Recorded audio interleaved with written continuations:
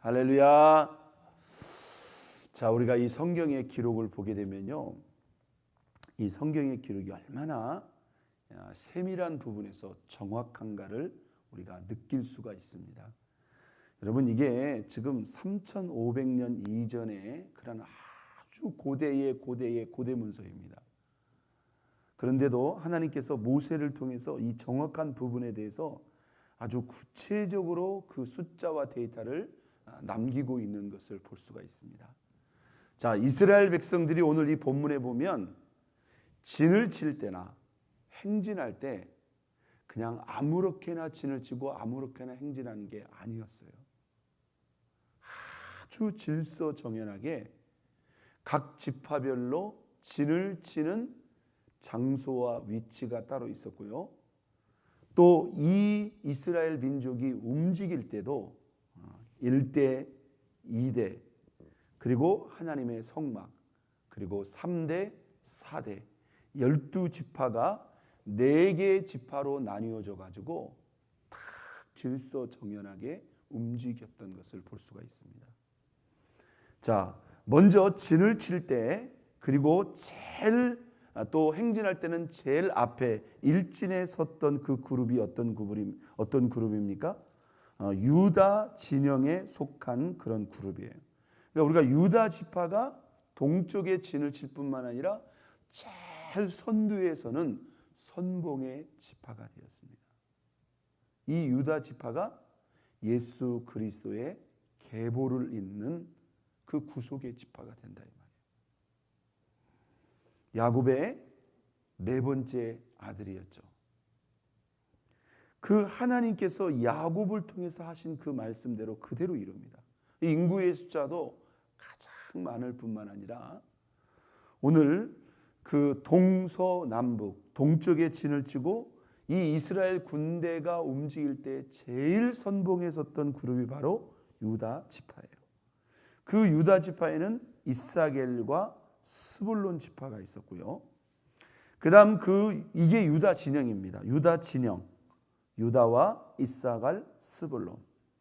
그리고 남쪽에 진을 치면서 제2대를 형성했던 진영이 바로 르벤 진영이에요. 르벤은 우리가 야곱의 장자로 알고 있죠. 여기에는 시므온과 갓지파가 그룹을 이루어서 르벤 진영이었고, 진을 칠 때는 남쪽에, 그리고 행진할 때는 유다 진영의 1대에 이어서 2대가 행진을 했습니다. 자, 이 동서남북의 진영 가운데 중심에는 어떤 지파가 있었을까요? 바로 레위 지파와 그 레위 지파의 중심에는 하나님의 성막이 있었습니다. 그러면 행진할 때는 1대 르벤 진영, 1대 유다 진영, 2대 르벤 진영, 그리고 거기에 레위 지파와 하나님의 성소가 딱 중간에 있습니다. 자, 그리고 우리가 오늘 이 본문에 보면 제3대 서쪽에 서는 지파가 있었어요. 그게 누구죠? 바로 에브라임 군대의 진영입니다. 우리가 흔히 요셉의 아들들인데요. 에브라임 군대의 진영이 서쪽 그리고 3대에 선봉했습니다. 거기에는 므낫세, 베냐민 다 요셉의 직계 아들이죠. 근데 그 선봉이 누구예요? 에브라임이에요. 므낫세가 아니었단 말이에요. 이것도 야곱을 통해서 하나님이 축복하신 그 축복의 말씀이 그대로 성취된 것을 우리가 확인할 수 있죠. 그리고 북쪽, 그리고 제4번째 진영에 속했던 그 그룹이 바로 단지파 진영입니다.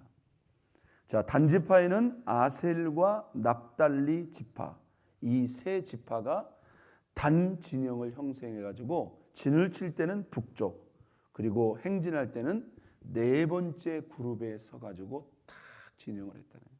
이게 여러분 광야에 딱 멈췄어요. 진을 딱 칩니다. 그러면 하나님의 성막과 레위 지파가 딱 중심을 잡아요. 그렇죠?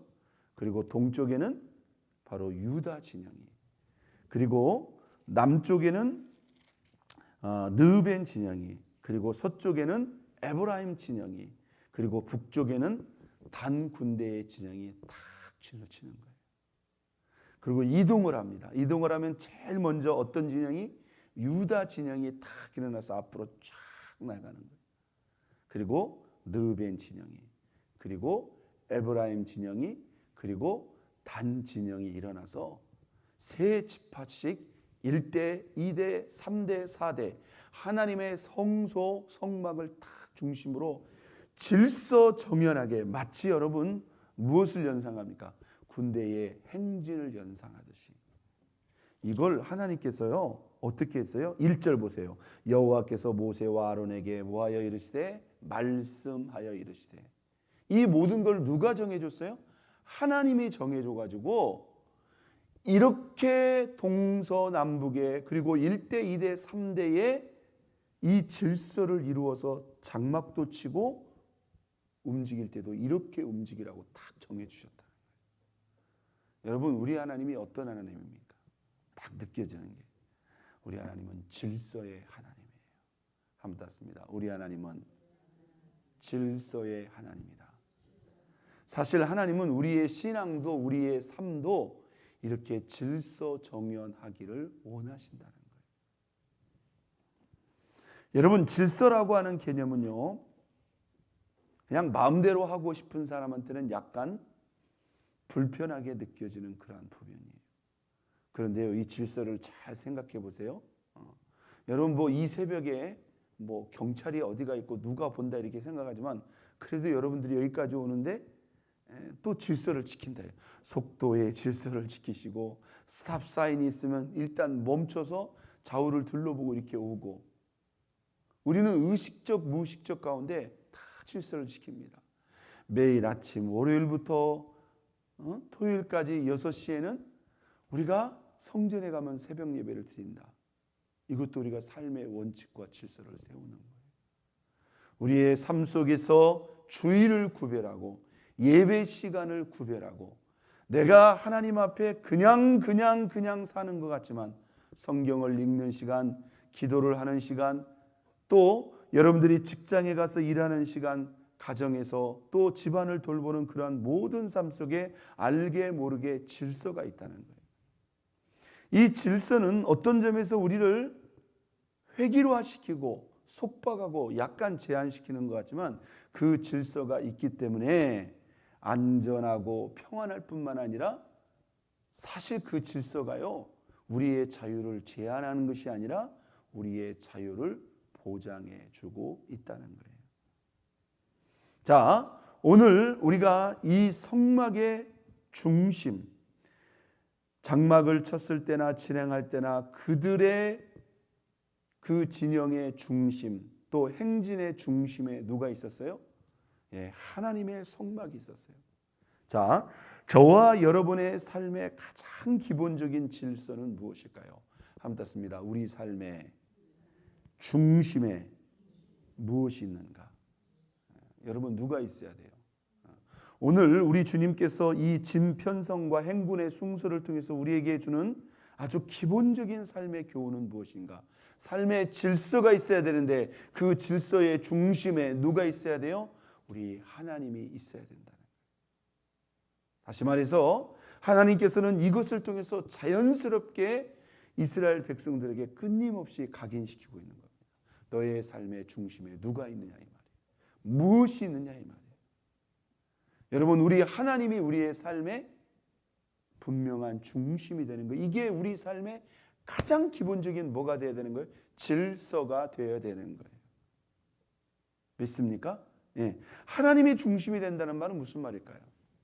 신앙이 중심이 되는 거예요. 예배가 중심이 되는 거예요. 말씀이 중심이 되는 거예요.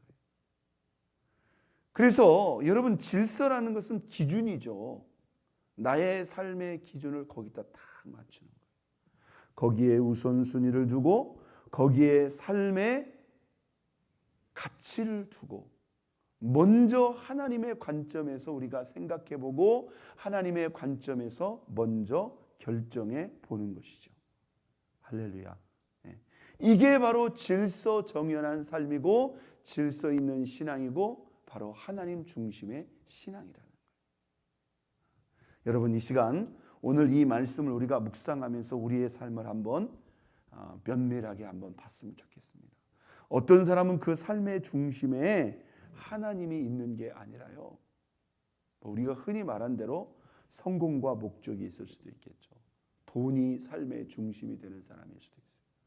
일이 삶의 중심이 될 수도 있고, 어떤 특정의 사람이나 어떤 춤이나 오락이 삶의 중심이 될 수도 있겠죠. 과연 나는 나의 삶의 중심에 하나님이 있고 그 하나님을 중심으로 삶의 기준과 원칙을 세우고 있으며 그 하나님을 중심으로 나의 신앙은 행진하고 있는가를 뒤돌아봐야 됩니다.